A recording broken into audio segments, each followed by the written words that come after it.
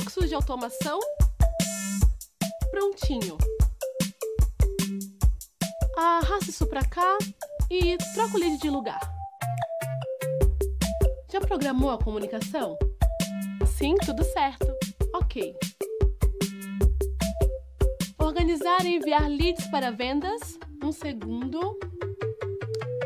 Já fiz. E o resultado das análises? Te enviei todas as oportunidades convertidas. E o ROI da campanha? Tá na mão, chefe. Com o RD Station Marketing, você automatiza o funil de vendas, guia os leads até o próximo passo e ainda analisa os seus resultados. Obrigada, gente! Agora eu tô pronta para a reunião.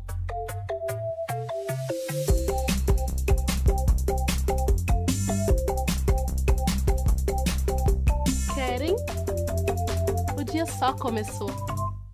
Fazer ligações com o RD Station CRM ficou ainda mais fácil. Mais agilidade no primeiro contato. Quanto mais rápido seu time entra em contato com a oportunidade, mais chances tem de converter. Um clique e...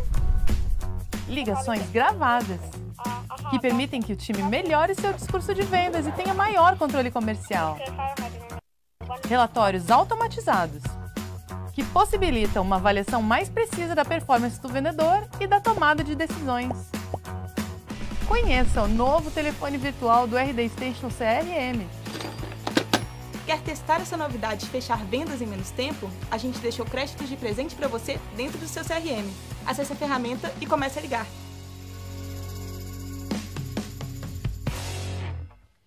Fala galera, tudo bem? Sejam muito bem-vindos aqui ao nosso mês das estratégias avançadas para análise de resultados. Eu sou o Robson Fried, sou líder do time de geração de demanda aqui da RD. E hoje é um tema fundamental para quem quer evoluir o seu negócio e não importa o tamanho nem o nível de maturidade, né? Eu tenho o prazer aqui de ter comigo, cara, Diego Gomes, cara, feríssimo, uma das maiores referências de empreendedorismo do país. Ele é fundador e CEO da Rock Content, que é uma das maiores plataformas para empresas criarem estratégias vencedoras de marketing de conteúdo, né? Empreendedor Endeavor, vai dar uma aula de gestão aqui pra gente, vai ser um papo muito legal. Cara, bem-vindo, muito bom estar contigo aqui, eu acho que o papo vai ser sensacional hoje. Obrigadão pelo convite, é um prazer estar aqui, vamos que vamos, vou contribuir como eu conseguir. Legal, cara. Então, o nosso tema hoje, a gente vai falar de métricas de negócios, né? Então, as análises que devem fazer parte da sua rotina de gestão. É impossível... antes até de começar, vou dar alguns recados aqui, só que está na minha pauta. Então, se vocês quiserem testar o RD Station Marketing, RD Station CRM, é só clicar aqui embaixo no botão na página de transmissão. Vocês podem acessar o trial ali, entender como é que essa ferramenta de automação de marketing e automação de vendas pode te ajudar a gerar mais resultados para suas empresas, né? Então, ao longo desse mês, a gente trouxe vários aprendizados aí de como analisar os resultados das suas áreas de marketing e vendas.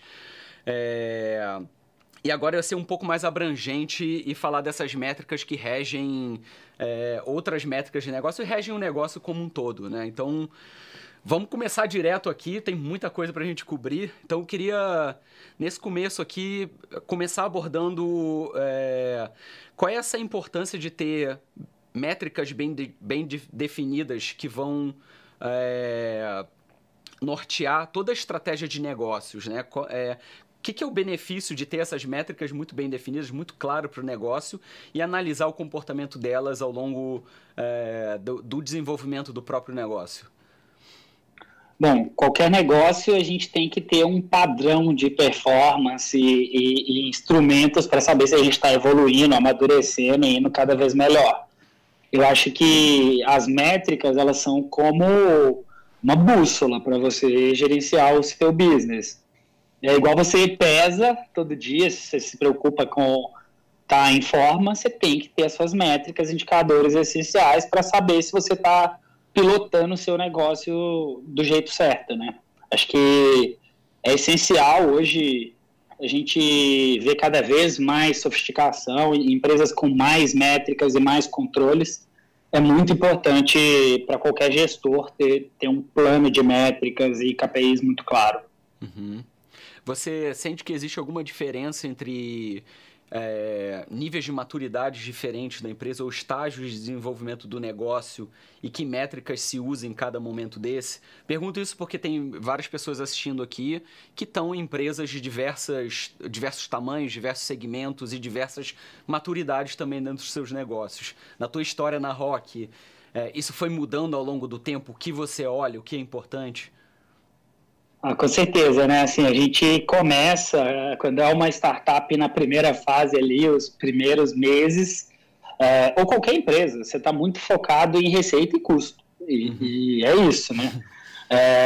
Até quanto que entrou, quanto que saiu, quanto que tem no banco e acabou. Assim, são as primeiras métricas que qualquer empresário olha. À medida que você começa a querer crescer e tem um plano de longo prazo para o negócio, você tem que ir decompondo isso. Então, eu preciso crescer receita. Eu vou crescer receita da base ou vou trazer novos clientes que são novas receitas? Perfeito. Então, já tem 2 tipos de receita. Uhum. E para fazer uma venda, então, que traz mais receita, quantas reuniões eu tenho que gerar para poder fechar uma? Então são 10, e parece bobo, mas naturalmente, à medida que você vai entendendo suas alavancas de crescimento, a complexidade vai aumentando. Então, hoje, de cada etapa no funil é uma métrica, e claro que depois você tem que simplificar e escolher quais que são os seus indicadores, mas, por exemplo, aqui na Rock hoje somos quase 600 pessoas. Então, cada equipe, cada área funcional tem o seu conjunto de métricas de operação, de negócio, e acompanhar isso, elas sempre mudam, inclusive. A gente define os goals, acompanha, mas à medida que o negócio vai crescendo e trazendo novos desafios, a gente sempre tem que definir novas, né? Uhum. Isso foi acontecendo de forma orgânica? O que foram os erros desse caminho ou desafios desse caminho de quando vocês estavam lá no início da Rock e quando isso foi chegando até 600 pessoas? De você conseguir definir melhor até que métricas são essas? O que guiou muito isso? Eu acho assim, quando você está começando e na fase inicial você tem métrica demais também, às vezes até te atrapalha ali naquele primeiro momento. Uhum. Se eu tivesse todas as métricas que a gente tem hoje, a gente não teria conseguido crescer, porque não tinha necessidade para aquela complexidade. Então, eu acho que essa é uma evolução que ela é natural de cada negócio. No começo, você vai muito pelas métricas de viabilidade do negócio, então gerar mais receita,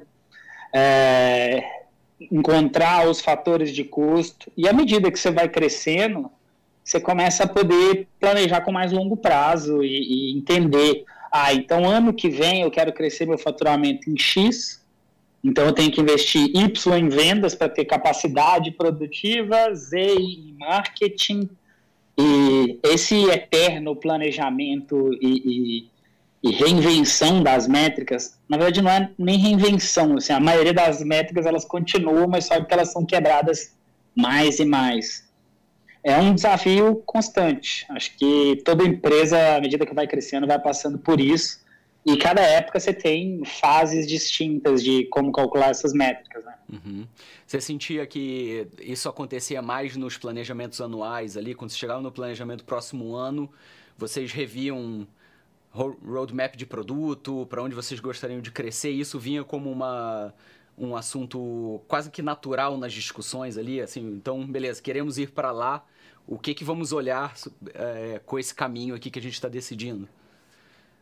A gente sempre projeta a capacidade de cada área e os resultados esperados num ciclo mais de longo prazo, mas eu diria que pelo menos todo trimestre surge uma métrica nova e um indicador novo que a gente tem que acompanhar. Então, por exemplo, agora que a gente está passando por uma fase bem intensiva de internacionalização. Antes eu não preocupava com a distribuição de receita por geografia, preocupava numa escala muito menor do que hoje. E não só isso, preocupo também com conversão das moedas, os diferentes ciclos de cobrança. Então, por exemplo, na América do Norte é muito mais comum você ter pagamentos anuais adiantados do que no Brasil, onde o comum é o mês a mês. Uhum. Isso gera comportamentos de caixa completamente diferentes e eu estou me acostumando com isso, por exemplo, aqui. É algo que estamos acompanhando, olhando, mas sempre tem aquele novo indicador que você tem que estar acompanhando ali, sempre surge. Sensacional, é vivo, não tem fórmula mágica, né? Normalmente nos negócios digitais e, cara, na economia moderna não tem mais uma fórmula, uma receitinha de bolo que você segue, né? Tem que olhar para o negócio, olhar para onde ele está indo e ser rápido até para perceber esse tipo de informação que você precisa ter para analisar, né? E isso conecta nessa pergunta aqui, cara, que tipo de dado que não pode... que um gestor não pode deixar de olhar, né? Ele não pode ter... O que tem que estar na primeira tela dele, do computador, todos os dias? Um gestor de negócio, um gestor de área? Eu acho que a primeira pergunta que ele vai tentar responder todo dia é como é que eu estou hoje com relação ao meu objetivo e o que eu tenho que correr atrás para chegar lá no meu objetivo. Tipicamente, esses ciclos são mensais ou trimestrais.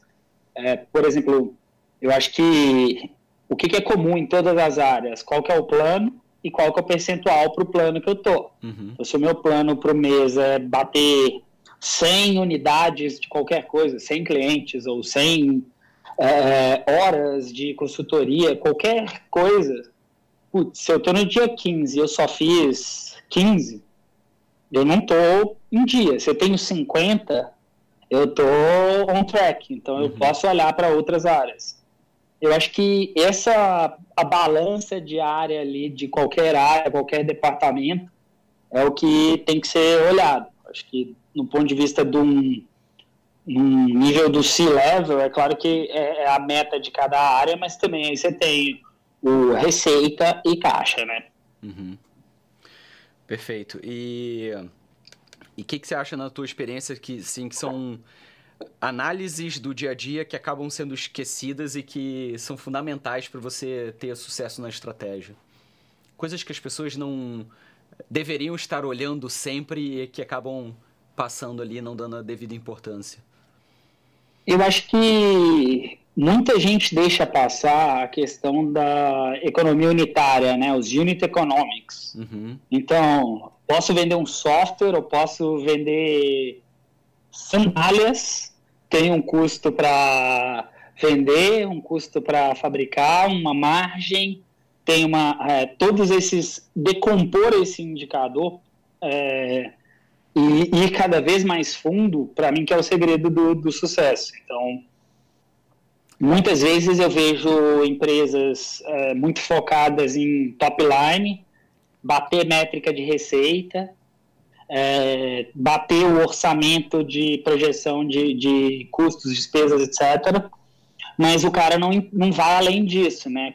Poxa, a RD é um negócio SaaS. Então, para adquirir um cliente, eu sei quanto que ele vai pagar ao longo de um ano, como é que é o ciclo de pagamento dele, eu sei quanto que eu tenho que investir em marketing, quanto que eu tenho que investir em vendas, quanto que é o custo de servidor, de CS, suporte para atender aquele cliente. A economia unitária é uma coisa que, quanto mais... Você nunca é granular demais, é muito importante entender e gradualmente ir decompondo cada vez mais esses indicadores. Perfeito, é um termo que a gente usa muito aqui dentro da RD, a gente fala sobre Unit Economics aqui o tempo todo. Se vocês quiserem pesquisar mais, temos posts e materiais sobre isso, mas é importantíssimo você chegar nessa visão da saúde do negócio, não só, né, pela receita, pela despesa, mas também colocando na balança todos esses outros fatores que influenciam totalmente como é que o negócio está indo e qual é a perspectiva dele, né? A gente vai falar um pouquinho mais dessas siglas importantes aí, LTV, CAC, etc., um pouquinho para frente.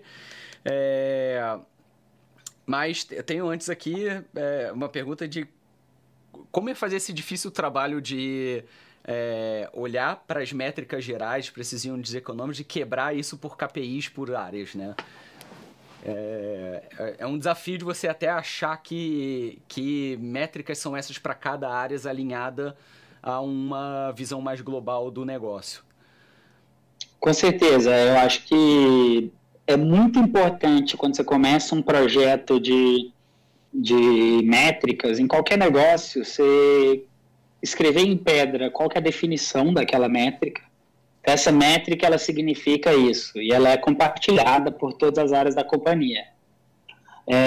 A segunda grande prioridade, de onde vai se derivar esse processo, poxa, a gente sabe as grandes métricas, então qual que é o custo de marketing, o custo de vendas para vender um cliente, por exemplo.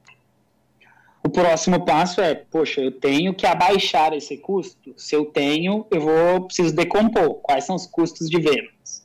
Quais são os custos de marketing? Então, o orçamento de marketing eu tenho pessoal, conteúdo, Google AdWords, Facebook Ads, RD, etc. O de vendas eu tenho pessoal, eu tenho gestão, ferramenta.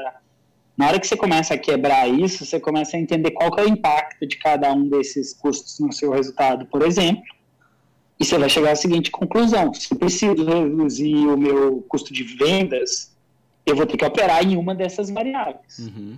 Se eu preciso melhorar os economics do meu cliente sem mexer em custo de marketing e vendas, eu vou ter que ir para o outro lado, ou atendê-lo com menores custos, então vou reduzir servidor, etc., ou aumentar o valor dele ao longo do tempo, o LTV que você falou aí, o valor do cliente ao longo do tempo que ele continua como cliente. Perfeito. Então, isso vem naturalmente, né? À medida que cada problema novo que surge, ou desafio novo, ou mesmo uma oportunidade, você vai falar, eu quero chegar daqui até aqui porque isso significa que eu vou alcançar meu objetivo estratégico tal. E aí você vai sempre decompondo e chegando na unidade mínima ali. Uhum. E você trouxe, acho que um ponto interessantíssimo que acontece muito na RD aqui, como que essas métricas, a clareza, quando a gente tem essas métricas quebradas até por áreas, por times, isso nos ajuda muito na questão operacional também. Então, se você, por exemplo, vê no seu time de vendas, vê que ela tem um impacto no CAC grande, que você tem alguma ineficiência operacional dentro disso, você pode melhorar a operação e começar a fechar mais vendas, ou você pode, às vezes, entender que o seu time está muito grande, que você pode ter uma estrutura mais enxuta ou uma operação que gere menos custos, e isso vai melhorar os seus unit economics lá na frente, né? Então, acho que essa é uma grande importância do detalhamento dessas métricas, né? Sem dúvida. Legal. E, assim, como é que um bom gestor também mantém o jogo aberto, sabe? Que tipo de dados a gente pode compartilhar com o resto do time para que essas métricas sejam transparentes em termos de direcionamento de negócio, direcionamento estratégico, até da operação mesmo? A gente tem uma política aqui na Rock de transparência praticamente absoluta. Eu acredito muito nisso, porque eu acho que quando as pessoas entendem onde que a companhia quer chegar, elas entendem o seu papel para chegar lá. Então, a gente trabalha com métricas bastante transparentes e muito claras, e não é raro eu falar para a companhia sobre qual que é a nossa posição financeira, quais são os nossos objetivos, quais são as nossas margens. A gente tenta ser o mais transparente possível, e até, por exemplo, como que está a nossa cap table, qual foi o último valuation. A gente não marca, a gente evita ao máximo ter segredos e manter a postura mais transparente possível, que exceto se tiver alguma questão que é confidencial por responsabilidade fiduciária ou outros motivos que a gente... É raro ter uma questão que a gente não pode ser transparente, mas eu acredito que as pessoas, elas se movem muito mais alinhadas se todo mundo tem a clareza não só estratégica quanto numérica de onde tem que chegar. Bom, isso é muito legal, né? Você tira peso da meta, do número, que muitas vezes as pessoas enxergam como, né, um inimigo, algo que pressiona e torna isso parte da companhia como um todo, e todo mundo faz parte da entrega daquele resultado ali. Isso é muito, muito importante para levar o negócio no próximo nível, né? Então, assim, tem várias siglas aqui que eu queria abordar um pouco, que são essas siglas que a gente vem falando aqui, CAC, etc. Então, queria começar por uma delas aqui, a gente vai explicando à medida que a gente vai falando elas ali. Então, tem o nosso grande amigo LTV, né, que é um cara que a gente fala muito, que é o Lifetime Value, né? Então, cara, o que é um nível saudável no caso de vocês da Rock, uma empresa SaaS? Também, aqui na RD a gente tem o nosso nível de LTV, mas o que é um número bom para se chegar ou para mirar na indústria SaaS? Eu acho que depende da fase que o negócio se encontra, né? Quando você está começando, você vai buscar aquele 3 ali, para cada R$1 que você investiu para trazer um cliente, você vai ter pelo menos 3 de retorno. Uhum. À medida que você vai escalando, você tem que ganhar mais eficiência. E não é raro hoje você ver empresas perseguindo 5, muitas empresas listadas com 10. Esse é um indicador que o teto é o maior que você conseguir, desde que você tenha saúde financeira para poder, você não esteja deixando dinheiro na mesa e deixando de crescer. Uhum. Então, se você tiver um LTV sobre CAC baixo, então se o lifetime value do seu cliente dividido pelo custo de aquisição, se ele é menor do que 3, por exemplo, significa que você não está pronto para escalar. Uhum. Essa barra subiu muito, hoje a gente opera com números bem mais ambiciosos do que isso, mas para mim é o mínimo do mínimo numa startup que quer escalar e um modelo de subscription. Uhum. 3:1. 3:1.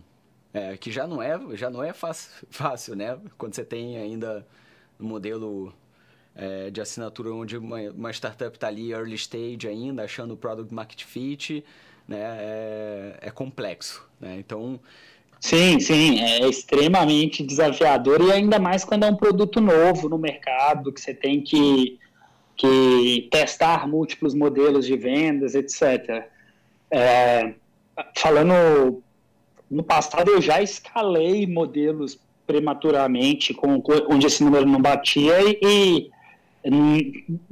digamos assim, o problema é quando o negócio ele dá lucro, mas não escala. Então, 2:1, beleza, mas não vai funcionar, você não vai montar uma empresa grande buscando uma empresa com tão pouca eficiência. Uhum. Então é melhor segurar, validar. Você não precisa escalar o que não está pronto, o que não está maduro.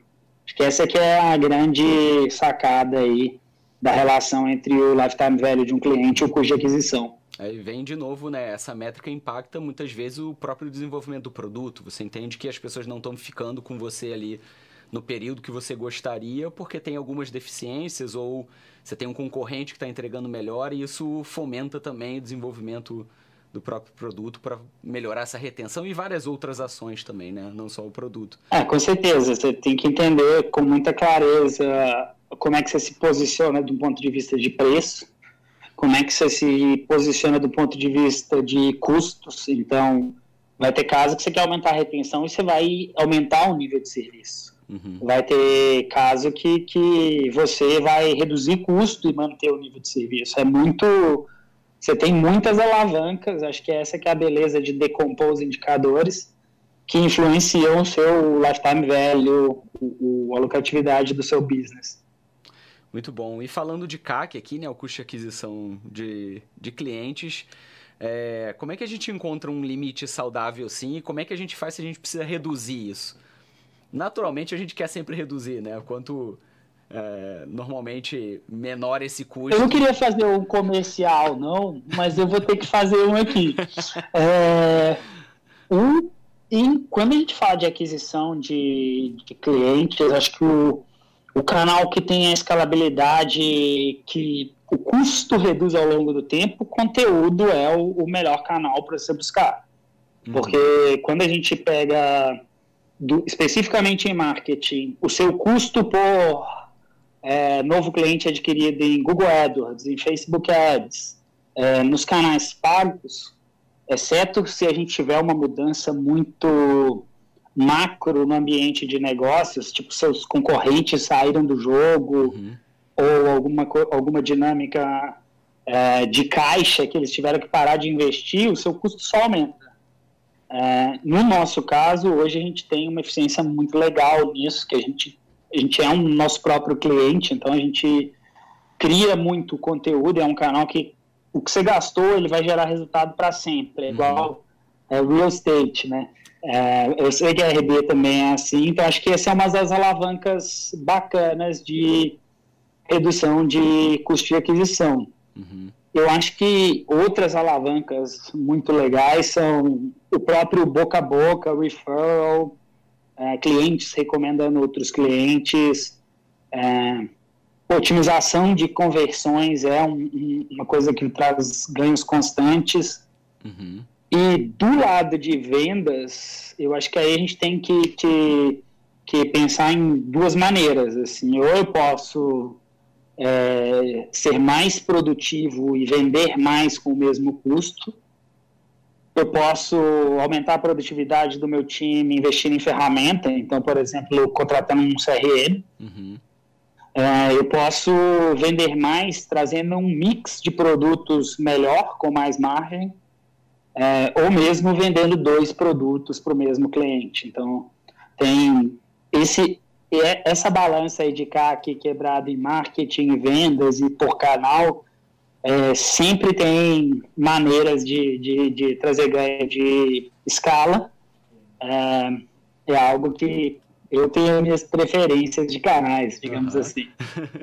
Não, cara, você deu agora praticamente um menu de opções para quem está assistindo a gente testar primeiramente, executar, entender se esses canais, se essas ações impactam de verdade o CAC. Então, de novo, as métricas entram aí, até para você ver o que é a própria evolução do seu playbook, você precisa medir aqueles resultados e o impacto nas suas unidades maiores, né? Então, no CAC, por exemplo, se você começa um programa de referral, né? Você começa a balancear isso ali dentro do CAC.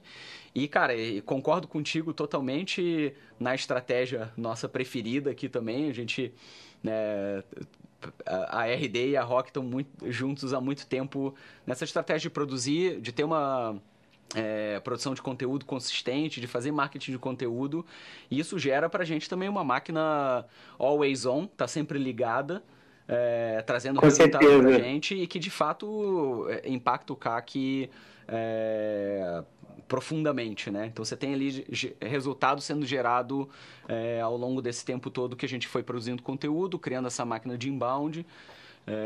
Então esse daqui a 2 anos esse conteúdo que a gente está criando junto agora aqui ainda vai estar trazendo clientes. Exatamente. Isso aqui é exatamente o caso do que acontece quando a gente produz conteúdo de qualidade, coloca ele à disposição, e isso trabalha para a máquina do inbound acontecer. E aí vem esse cara que causa arrepio nas pessoas aí, que é o churn, né? Então, quando é que é a hora de ligar a sirene quando você tem uma taxa de cancelamento grande?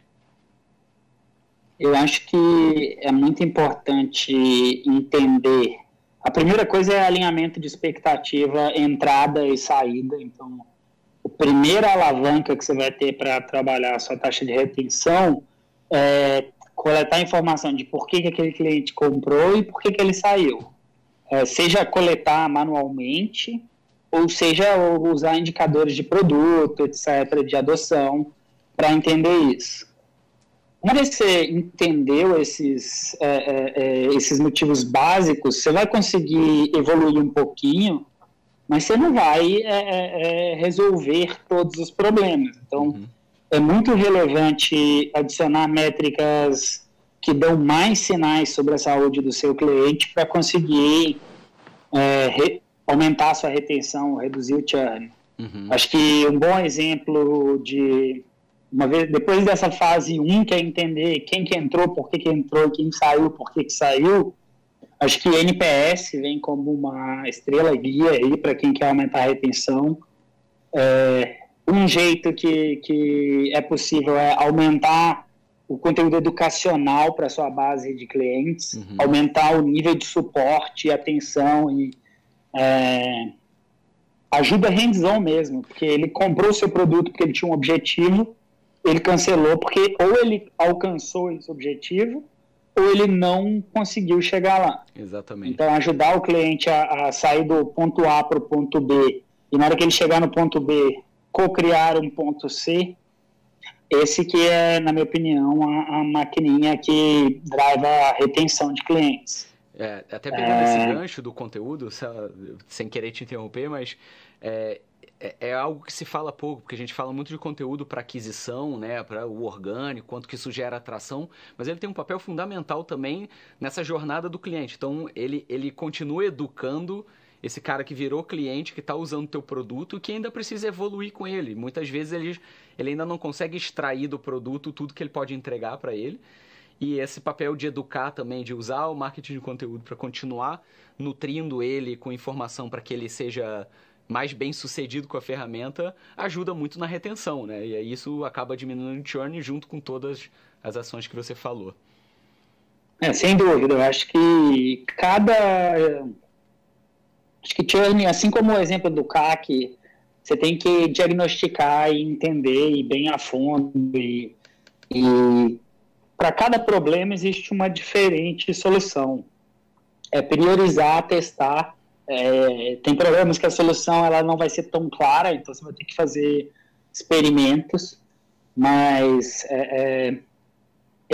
a questão do indicador é exatamente por isso, né? O processo de melhoria contínua, de validei isso, melhorou, validei isso, não melhorou, então eu vou tentar outro approach. Essa disciplina de acompanhamento que nos dá as alavancas operacionais aí. Perfeito. E falando agora de MRR, né? Então, Monthly Recurrent Revenue, então receita recorrente mensal. Como é que você descobre quanto que é uma receita recorrente saudável para a empresa, considerando o CAC que você tem ali naquele momento? No nosso caso, a gente olha o valor de contrato anual, né, que a gente chama de ACV, Annual Contract Value, e a gente tem as nossas premissas. Então, por exemplo, eu tento recuperar, depende do segmento, tem segmentos que eu tenho que ter um payback mais rápido que outros, mas eu tento recuperar o valor de contrato entre o 6º e o 8º mês do cliente, porque eu tenho certeza que o cliente não só ele vai trazer lucros, mas também como o meu caixa está protegido. Tem empresas hoje, empresas que têm muito caixa, eu acho que um bom exemplo é a Salesforce, gasta quase 2 anos para recuperar o custo de aquisição de um cliente. Então, nesse caso, ele vai saber, se eu posso... vamos imaginar que eu estou na posição que a Salesforce, eu posso demorar 18 meses para recuperar meu custo de aquisição. O MRR que eu preciso é basicamente 1/18 desse número aí.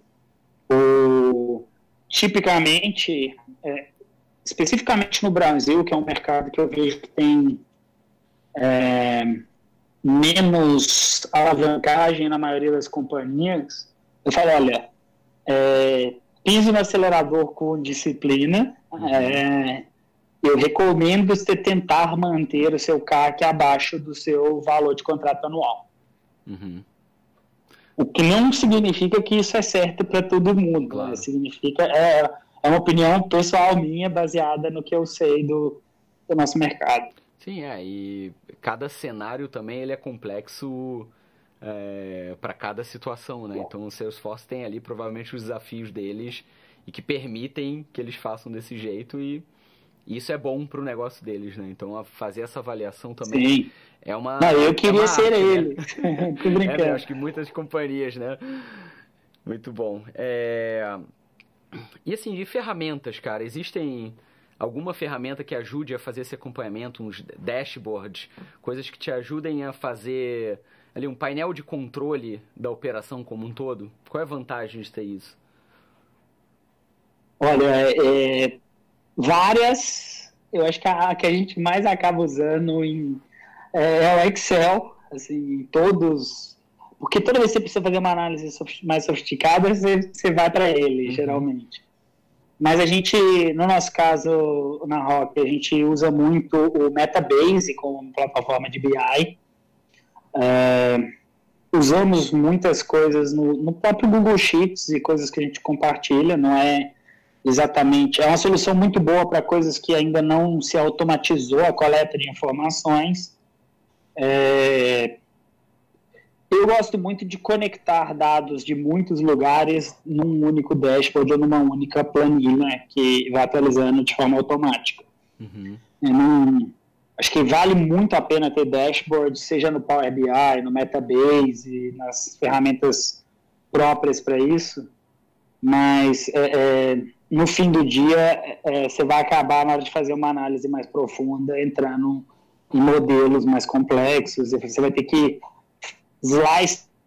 fatiar os dados para encontrar o próximo indicador que você vai acompanhar. E pensando até em empresas de tamanhos diferentes, ou empresas early stage, como a gente vem falando, né? Cara, o importante é você visualizar isso, não importa muito a ferramenta, né? No final das contas, pode ser o Excel, mas que você faça um acompanhamento no tempo mais real possível. Então, assim, é quase impossível, se você tem uma estrutura de dados muito complexa, você ter isso em tempo real mesmo, porque você está processando muito dados para você ter uma visualização dele, mas que você tem atualizações ali 2, 3 vezes por dia, isso já te dá um norte de como está a tua operação num tempo ainda viável para você fazer alguma correção de rota se você precisar, né? E começar, tem que olhar essas métricas, não pode deixar a coisa sem visualização do que está acontecendo, né? Com certeza. Eu acho que especificamente em marketing, acho que a gente trabalha aí exatamente na mesma área. Então, assim, se o cara do marketing ele não sabe qual que é a projeção de onde ele quer estar no final do mês, como é que ele está hoje, a gente tende a acompanhar isso muito de perto. Qual que é a chance que ele tem de bater, qual que é o plano de correção,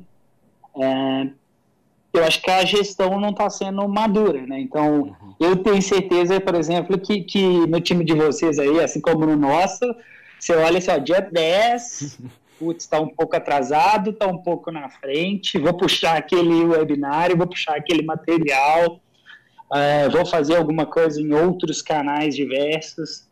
Esse acompanhamento, essa rotina. A métrica principal de cada gestor, ela tem que virar memória muscular, né? Tem que ser uma coisa que o cara sabe assim.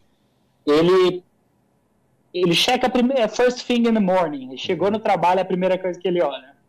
Normalmente a gente fica dando F5 aqui nos nossos dashboards o dia inteiro, porque a gente, de fato, tenta tornar isso o mais em tempo real possível, justamente por essas alavancas que a gente vai puxando. Então, se você tem ali um planejamento do mês, você começa a entender que o forecast que você desenhou não está acontecendo daquele jeito, você tem que ligar um alerta ali e fazer essas correções de rota. O marketing normalmente é a ponta disso, isso às vezes vai para vendas também, né? Mas basicamente começa aqui com a gente olhando para como está a operação e como está o planejamento, e a gente puxa essas alavancas muito rápido. Quanto mais rápido, mais eficiência a gente tem na virada de jogo. E é isso aí, acho que vocês são referência nisso, e acho que toda empresa tem que entender pelo menos um conjunto muito básico ali para ele ter essa previsibilidade, esse sucesso. Você pode começar acompanhando dia a dia especificamente marketing. Seu tráfego, seu volume de leads, seu número de leads qualificados, o seu custo por cada uma dessas coisas. É um ótimo começo. Aí depois, à medida que você vai ganhando sofisticação, você começa a projetar a longo prazo. Então no segundo trimestre eu tenho que gerar X, eu sei que o meu custo médio nesse trimestre foi de tanto, eu deveria ter que conseguir fazer isso com o investimento entre A e B. E aí você começa a poder pensar em horizontes cada vez mais de longo prazo. Então, tudo começa no dia a dia ali, no saber onde estou e onde quero chegar, para depois a gente decompor. E aí na fase inicial você consegue prever uma semana, depois o mês, depois o quarto e depois o ano. Quando você vê, você começa a ter mais controle sobre o seu futuro no longo prazo. Sensacional. E, cara, da perspectiva do CEO, né, a tua ali, que está à frente do negócio e que precisa olhar para essas métricas mais macro, e você já está numa maturidade de negócios onde a operação é super complexa, bastante gente. Agora, quem está ali começando a empreender, está às vezes ainda no papel de fazer muitas funções ao mesmo tempo, inclusive a de CEO, como é que ele consegue se separar da operação e começar a olhar para essas métricas? Eu acho que, independente do tamanho, se você está tocando um negócio, você tem que entender qual é a economia unitária do que você faz, qualquer coisa que seja. Então, se você não consegue parar, ainda que seja um dia por mês, para olha, essas aqui são minhas métricas de operação e de quanto está custando para entregar. Essa aqui é a minha de custo de vendas. Essa conta ela tem que fechar, senão você vê empresas aí que essa conta não fechou e que passam por momentos bem difíceis. A gente vê muito startups que levantaram muita grana e essa conta não fechou e depois tiveram que fazer uma recalibragem, né? O momento atual, a gente viu muito isso no final do ano passado, no mundo inteiro, porque o fundamento de qualquer negócio, para mim, é essa economia unitária. Uhum. Então, quanto custa para vender, quanto que custa para atender, quanto que o cara vai me pagar enquanto ele estiver trabalhando comigo. Se essa conta não fechar, o seu negócio pode até crescer, mas ele pode crescer perdendo dinheiro. Uhum. Então, eu acho que tem que vir de cima, tem que partir do CEO, eu acho que ele tem que ser o primeiro a metrificar essas coisas. Uhum. Às vezes ele não consegue, talvez não domine, pedir ajuda, trazer gente para suportar, porque se ele não conseguir entender quais são as alavancas fundamentais do negócio dele, ou ele vai crescer porque deu sorte, uhum, ou ele vai quebrar por falta de controle. Perfeito. Acho que é a melhor definição de cenários possíveis quando, né, você tem um líder... eu fui muito preto no branco, né? Mas... Não, mas eu acho que é bem por aí mesmo, porque, né, primeiro você tem a liderança que direciona os caminhos do negócio, né, que é o CEO, ele tem a visão estratégica, a visão de futuro, a visão de próximos passos, e, de certa forma, ela precisa estar baseada em dados ou baseado em decisões que são mais complexas do que só fazer ou não fazer, né? Então, é isso, a consequência é essa, ou você vai dar sorte ou você vai quebrar, né? E tem um cenário do meio também, que se você não conhece suas alavancas, você corre o risco de ficar do tamanho que você é para sempre. Então, se você está no momento da sua trajetória, e até pensando na própria história da Rock, assim, em vários momentos que o crescimento desacelerou um pouquinho, era porque a gente estava olhando uma métrica que não era adequada para aquele momento. Uhum. Então, se você está crescendo e chegou num platô, muito provavelmente tem algum indicador que você vai... ou a resposta já está nos seus números e você só não viu, uhum, ou você vai ter que criar um indicador para saber se você consegue movê-lo para dar o seu próximo passo. Acho que isso é comum em todos os business de crescimento acelerado, né? Uhum. Pô, cara, isso foi um belíssimo fechamento aqui para o nosso papo, cara. Acho que um belo resumo, acho que do papel do CEO, do papel das métricas dentro do desenvolvimento de um negócio, a importância que elas têm, né? É impossível você pensar mesmo em crescer, em desenvolver um negócio, um produto sem conseguir ter uma visão clara do que são as métricas, para que elas servem e como você usa elas para alavancar os negócios. Então, cara, uma aula sensacional aqui. Obrigado por esse papo. Acho que foi muito rico, muito importante para todo mundo que assiste a gente. Eu acho que esse é o tipo de conteúdo, o tipo de informação que acho que todo mundo precisa ter, independente do nível. A gente precisa ter, seja como analista, como gerente, como diretor de uma empresa, acho que essa visão de negócios e visão mais abrangente. Então, cara, te agradeço muito pelo papo, foi sensacional. Valeu aí a parceria. Eu que agradeço. É um prazerzão estar com todos vocês aí. Sempre que vocês convidam, faço questão de participar, porque eu sei que o papo é de alto nível. Então, contem comigo. Tudo de bom aí para todo mundo que está acompanhando e para toda a equipe da RD. Obrigadão, cara. Então, a gente se despede aqui. Tem muito mais conteúdo. Fica aí com a gente. E até a próxima. Valeu, galera.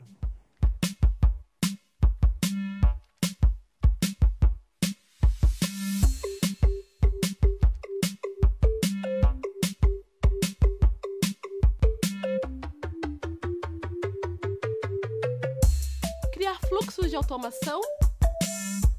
Prontinho. Arrasta isso pra cá e troca o lead de lugar. Já programou a comunicação? Sim, tudo certo. Ok. Organizar e enviar leads para vendas? Um segundo. Já fiz. E o resultado das análises? Te enviei todas as oportunidades convertidas. E o ROI da campanha? Tá na mão, chefe.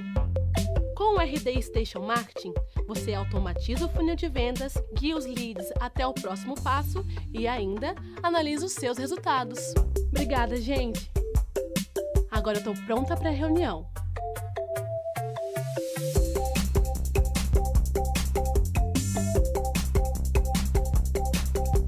Querem? O dia só começou. Fazer ligações com o RD Station CRM ficou ainda mais fácil.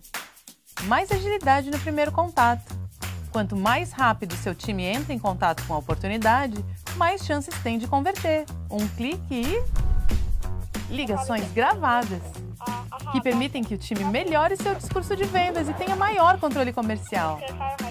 Relatórios automatizados, que possibilitam uma avaliação mais precisa da performance do vendedor e da tomada de decisões. Conheça o novo telefone virtual do RD Station CRM. Quer testar essa novidade e fechar vendas em menos tempo? A gente deixou créditos de presente para você dentro do seu CRM. Acesse a ferramenta e comece a ligar.